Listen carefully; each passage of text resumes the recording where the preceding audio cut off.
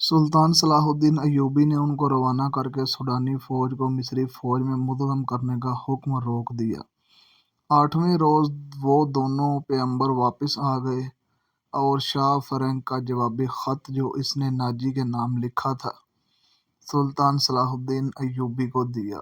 شاہ فرنگ نے لکھا تھا کہ حملے کی تاریخ سے 2 دن قبل سوڈانی فوج بغاوت کر دے تاکہ سلطان صلاح الدین ایوبی کو صلیبیوں کا حملہ روکنے کا ہوش تک نہ رہے۔ علی بن سفیان نے ان 2 پیغمبروں کو سلطان صلاح الدین ایوبی کی اجازت سے نظر بند کر دیا۔ یہ نظر بندی باعزت تھی جس میں دونوں کے آرام اور بہترین کھانوں کا خاص خیال رکھا گیا۔ یہ ایک احتیاطی تدابیر تھی کہ یہ اہم راز فاش نہ ہو۔ سلطان صلاح الدین ایوبی نے بحیرہ روم کے ساحل پر اپنی فوج کو چھپا لیا جہاں صلیبیوں نے لنگر انداز ہو کر اپنی فوجیں اتارنی تھیں۔ حملے میں ابھی کچھ دن باقی تھے۔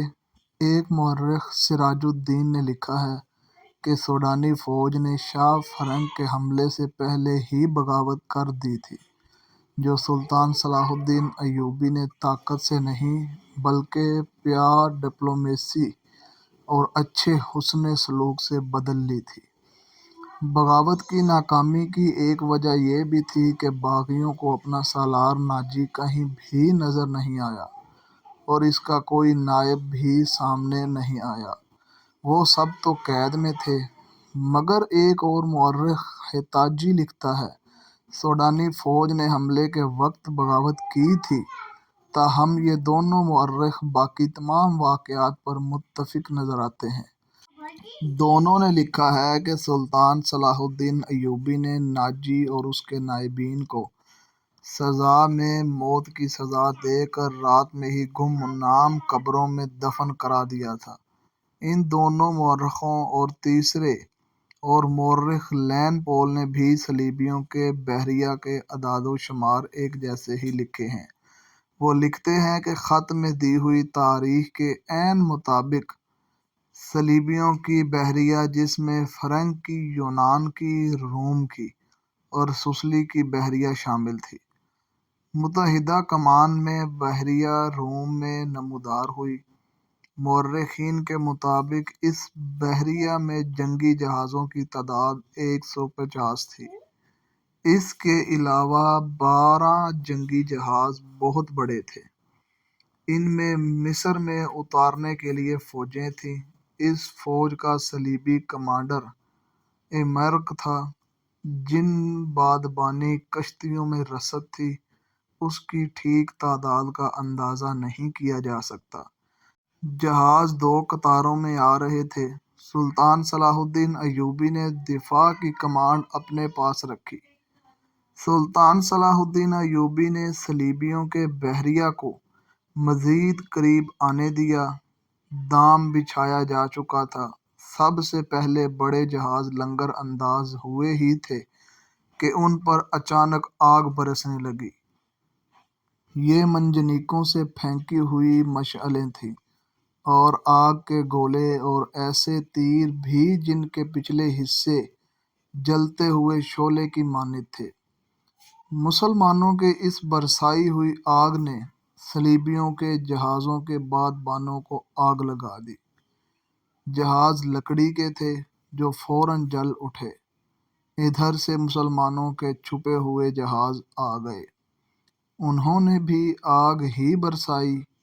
یوں معلوم ہو رہا تھا جیسے بحیرہ روم جل رہا ہو۔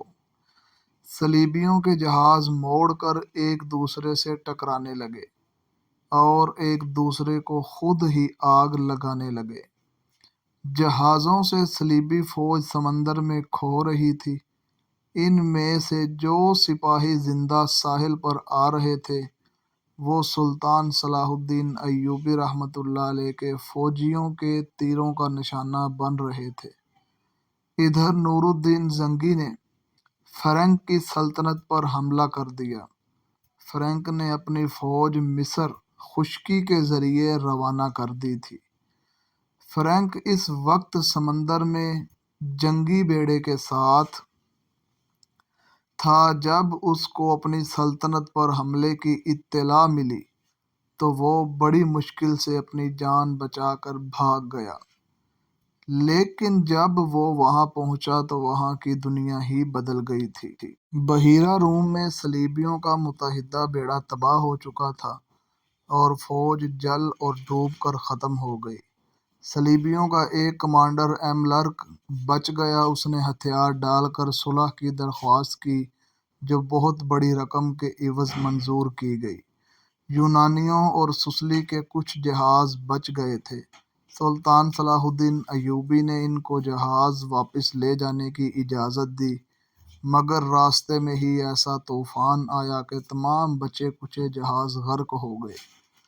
19 دسمبر 1179 کے روز صلیبیوں نے اپنی شکست پر دستخط کیے اور سلطان صلاح الدین ایوبی کو تاوان ادا کر دیا۔ بیشتر مورخین اور ماہرین حرب و ضرب نے سلطان صلاح الدین ایوبی کے اس فتح کا سہرا سلطان صلاح الدین ایوبی کے انٹیلیجنس کے سر باندھا ہے۔ رقصہ زکوی کا ذکر اس دور کے ایک مراکشی واقعہ نگار اسد الاسدی نے کیا ہے، اور علی بن سفیان کا تعارف بھی اسی واقعہ نگار کی تحریر سے ہوا ہے۔ یہ ابتدا تھی۔ سلطان صلاح الدین ایوبی کی زندگی اب پہلے سے بھی زیادہ خطروں میں گھر گئی۔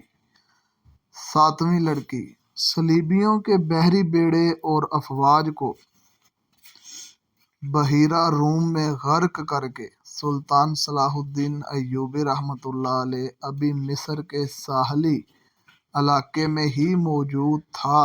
7 دن گزر گئے تھے۔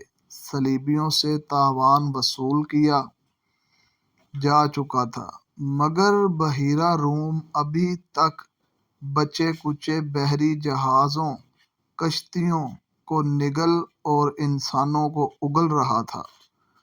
صلیبی ملاح اور سیاح جلتے جہازوں سے سمندر میں کود گئے۔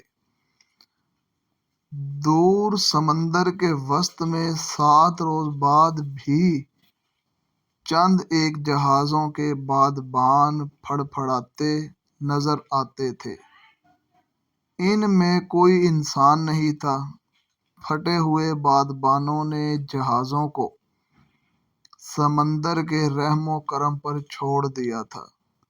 سلطان صلاح الدین ایوبی رحمۃ اللہ علیہ نے ان کی تلاشی کے لیے کشتیاں روانہ کر دی تھیں اور ہدایت دی تھی کہ اگر کوئی جہاز یا کشتی کام کی ہو تو وہ رسوں سے گھسیٹ لائیں، اور جو اس قابل نہ ہو ان میں سے سامان اور کام کی دیگر چیزیں نکال لائیں۔